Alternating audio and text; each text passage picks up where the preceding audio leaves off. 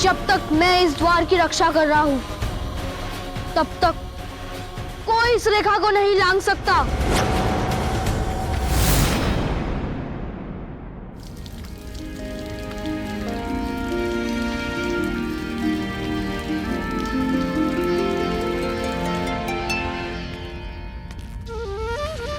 अपनी मां का पुत्र हूं, बलपूर्वक जाने का प्रयास करने वाले को बलपूर्वक यहीं रोक दूंगा।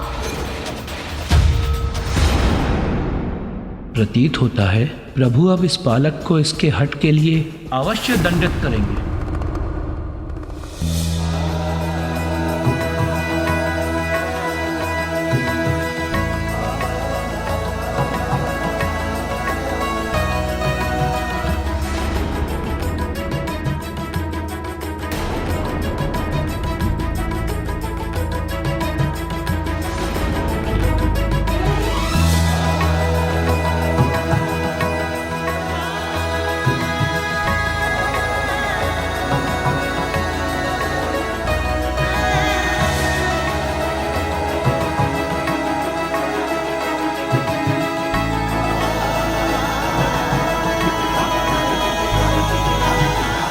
उचित है, मैं प्रतीक्षा करता हूं।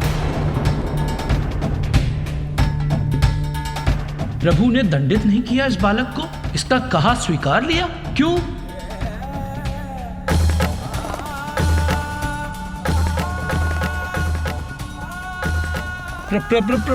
प्रभु, देर से ही समझे, किंतु समझ तो गए।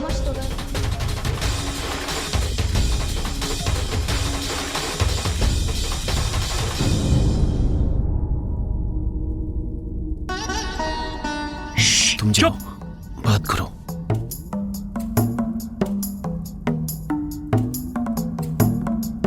प्रभु,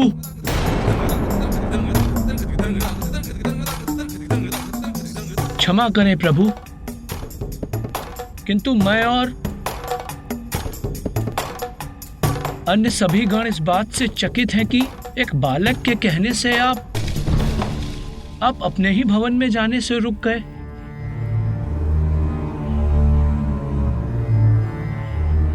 प्रभु, मुझे और अन्य सभी गणों को यह तनिक भी नहीं भाया। प्रभु, आप कुछ नहीं कहना चाहते तो कोई बात नहीं, किंतु हम सब गण मिलकर उस बालक को समझाएंगे।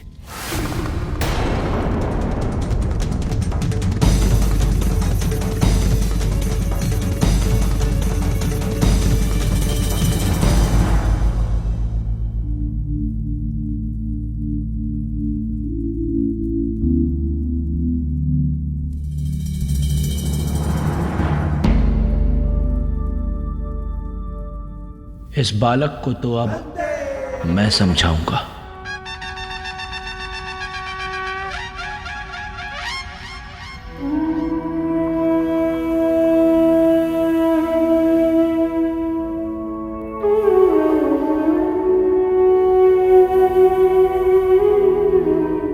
नंदी दी, इत तान पतल ते तीदा तल दो। क्या कहा इसने श्रृंगी? नंदी ये कह रहा है कि इसके कान पकड़ के सीधा कर दो। अरे नहीं नहीं, बालक है वो, और बालक के साथ इस प्रकार का व्यवहार नहीं किया जाता। हम उसे एक और अवसर देते हैं। हठी का हट तोड़ने के लिए साम दाम दंड भेद का प्रयोग किया जाता है। पहले मैं साम दाम और भेद का प्रयोग करूंगा। और दंड के लिए मैं हूं ही। अरे नहीं नहीं, उसकी आवश्यकता नहीं पड़ेगी। आप देखिए मैं कितनी सहजता के साथ इस बालक को मना लूंगा।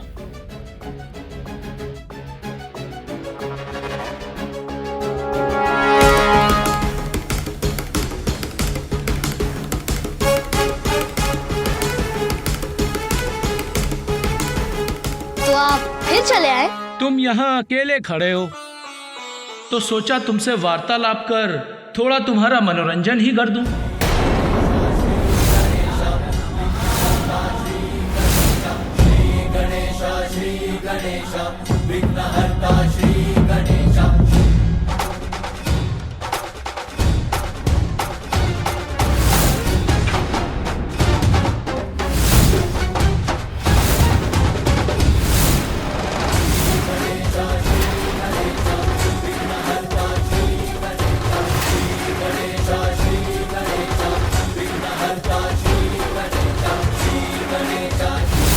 जब तक मैं इस द्वार का रक्षक हूँ, मैं मेरी माता की आज्ञा का पालन करूंगा। सतर्क रहना होगा मुझे, ताकि कोई भी छल एवं बल से भीतर ना प्रवेश कर पाए।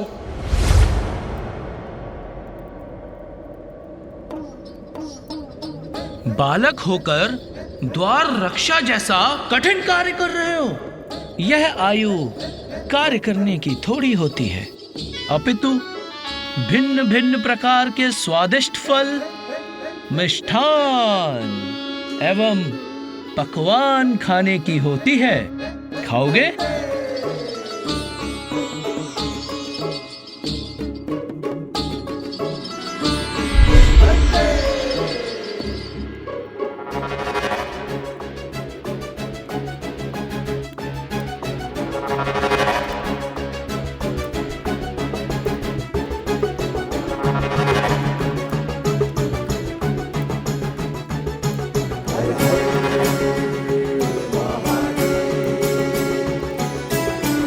लो, खाओ, संकोच मत करो, यह सब कुछ तुम्हारे लिए ही है। आओ, अब तुम इसका आनंद लो और हमें भीतर जाने दो।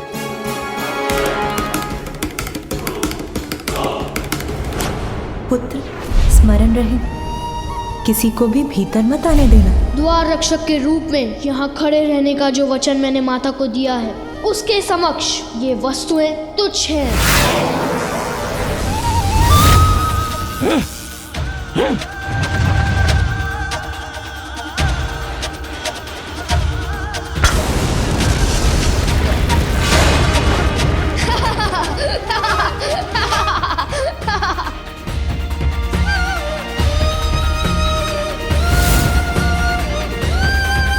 ना ही मुझे कुछ खाना है और ना ही मुझे किसी को भीतर जाने देना है।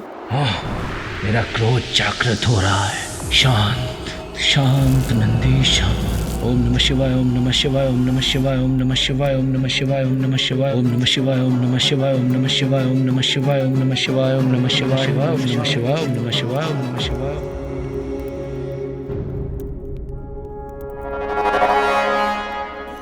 खाना नहीं है तो मत खाओ, किंतु मनोरंजन का आनंद तो ले ही सकते हो, उसमें तो कोई मनाही नहीं। ऊपर देखो,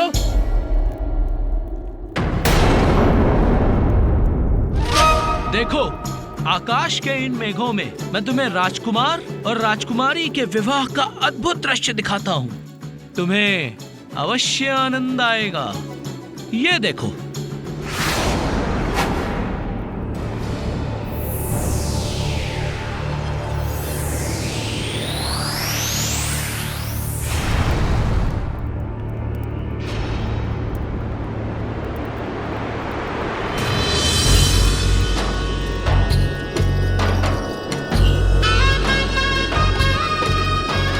कितना सुंदर दृश्य है ये।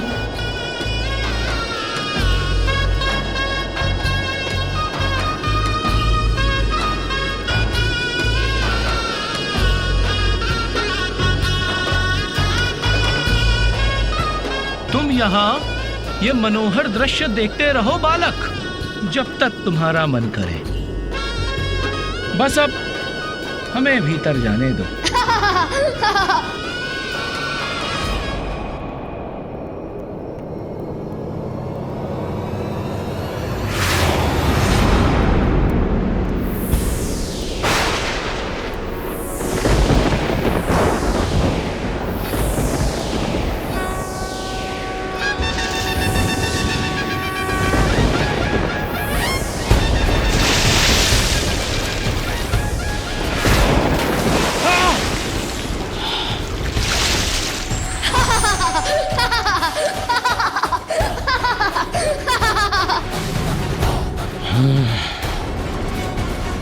क्यों?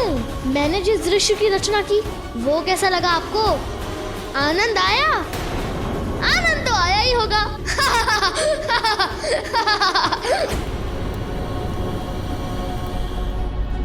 अब एक अंतिम बार कह रहा हूं, ध्यान से सुन लीजिए। इस द्वार के आगे मैं किसी को नहीं जाने दूंगा। समझ गए आप? साम दाम तो व्यर्थ गए, अब क्या करूं?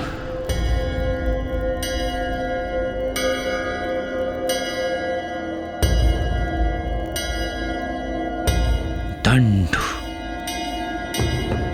भय। सावधान बालक!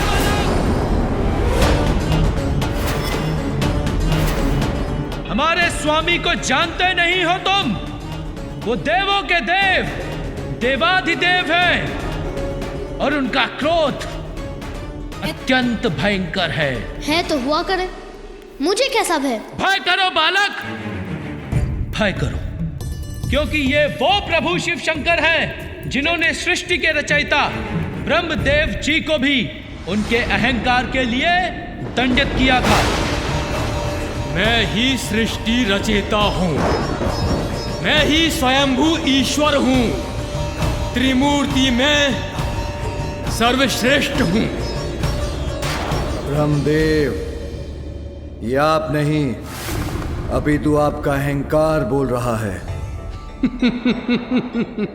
मैं सर्वज्ञाता हूँ, इसलिए मैं ही श्रेष्ठ हूँ। यदि ऐसा है तो आप इस स्तंभ के आरंभ और अंत को तो सरलता से ढूंढ ही लेंगे। ब्रह्मदेव,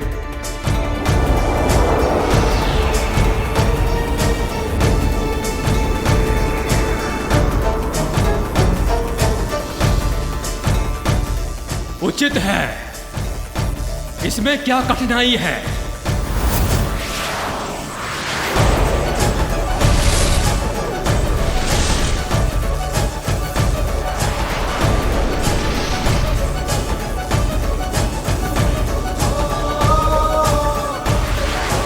इस स्तंभ का आकार तो अनंत है, इसके आरंभ और अंत का स्रोत तो मैं किसी भी प्रकार से ज्ञात करने में असमर्थ हूं। मैंने स्तंभ का अंत ढूंढ लिया है। सत्य कह रहे हैं, इसका अंत ढूंढ लिया आपने? मुझ पर संदेह? मैंने जो कह दिया वही सत्य है। मैं ब्रह्मा हूं, मैं ही परम ब्रह्म हूं। तुम कौन हो?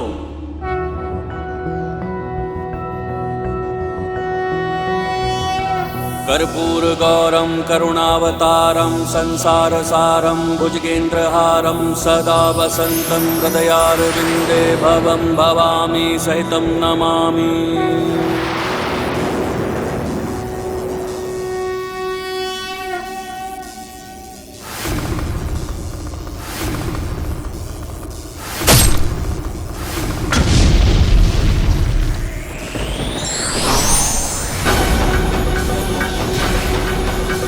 मैं वो हूँ जो अहंकार को अपना आहार बनाता है। सृष्टि के जनक को इतना अहंकार शोभा नहीं देता। ब्रह्मदेव, मैं आपका पांचवा शीश आपसे विलग कर दूंगा।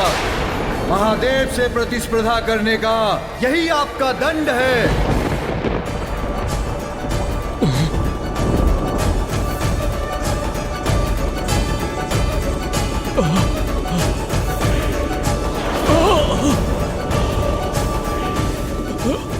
अब समझे कैसा होता है मेरे प्रभु शिव शंकर का क्रोध। अब समझे कैसा होता है मेरे प्रभु शिव शंकर का क्रोध। बालक हो तुम, इसीलिए अभी तक हमारे प्रभु शिव शंकर और हम सबके क्रोध से सुरक्षित हो। पहचानो उन्हें, ये वही प्रभु शिव शंकर हैं जिन्होंने गंगा मैया की प्रचंड और पावन जलधारा को अपनी जटाओं में समाहित किया था। ये उस समय की बात है जब अपने कुल के 60,000 सगर पुत्रों के उद्धार एवं जगत के समस्त प्राणियों के कल्याण के लिए महान तपस्वी भगीरथ जी ने सहस्त्र वर्षों के तप के पश्चात माँ गंगा को स्वर्ग से पृथ्वी पर आने के लिए मना लिया। किंतु फिर चिंता बनी गंगा मैया की प्रचंड जलधारा का महावेग। उनकी महावेग सृष्टि में प्रलय ला सकती थी। इसीलिए भगीरथ जी ने घोर तप कर प्रभु शिव शंकर को प्रसन्न किया और उनसे गंगा मैया की प्रचंड जलधारा के महावेग को संभालने की विनती की। देवी गंगा, मैं आपके वेग को संभालने के लिए प्रस्तुत हूं। निश्चिंत होकर पृथ्वी पर आइए।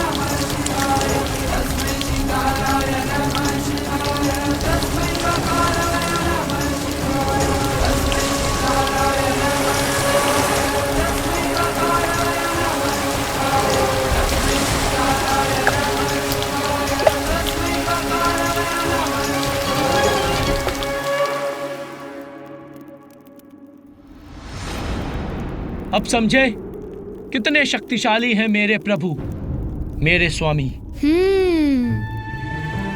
मैं प्रभावित तो अवश्य हूं,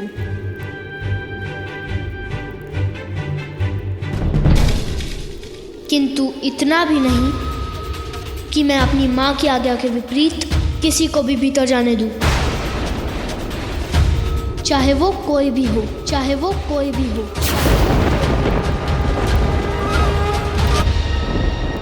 भूल मत करो बालक, यदि मेरे प्रभु शिव शंकर का क्रोध जागृत हो गया तो उसका शांत होना सरल नहीं। उनका तीसरा नेत्र सब कुछ भस्म कर देता है। उनके तीसरे नेत्र की अग्नि ने तो कामदेव को भी भस्म कर दिया था।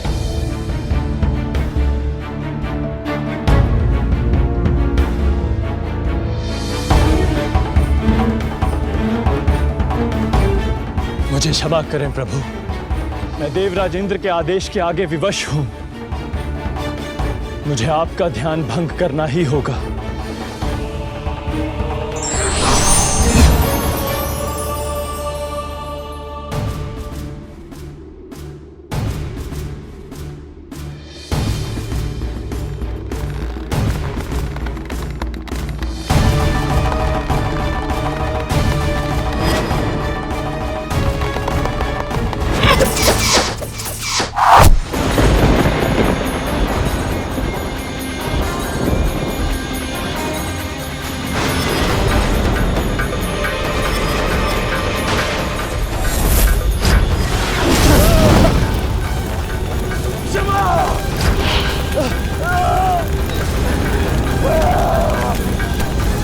अब तो तुम्हें समझ में आ ही गया होगा कितना तीव्र है मेरे प्रभु शिव शंकर का क्रोध। इसलिए आज्ञाकारी बालक के समान अपना हठ त्याग दो। नंदी, क्या हुआ तुम्हारे साम दाम भेद? मैंने पहले ही ताता ते तान पतल ते तीदा तल दो, पर नंदी दी मैंने तुम ते ताए। श्रृंगी जी, इस बालक को समझाने में समय नष्ट हो रहा है। हमें इस बालक को हटाकर आगे बढ़ना चाहिए। उचित है। हठी बालक, बहुत हुआ तुम्हारा हट। जानते भी हो प्रभु शिव शंकर कौन है? इस संपूर्ण जगत के पिता हैं, पिता। माँ को दिया वचन तो मैं किसी के लिए भी नहीं तोड़ सकता हूँ। अबोध बालक, प्रभु शिव शंकर से परिचित नहीं हो तुम। बालक हो इसलिए सुरक्षित हो। अन्य कोई होता तो उसे इस हट का अवश्य दंड देता। चेतावनी का स्वर मुझे मत सुनाइए, मैं किसी का ऊंचा स्वर सहन नहीं करता। और अब मेरी चेतावनी सुनिए, शांति पूर्वक लौट जाइए, अन्यथा आप सभी मेरे कोप के भागी होंगे। बस बालक!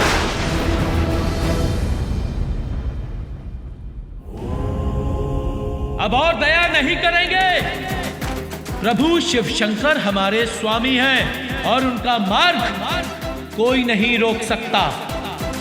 शांति से हट जाओ, अन्यथा बांध कर यहीं बैठा देंगे।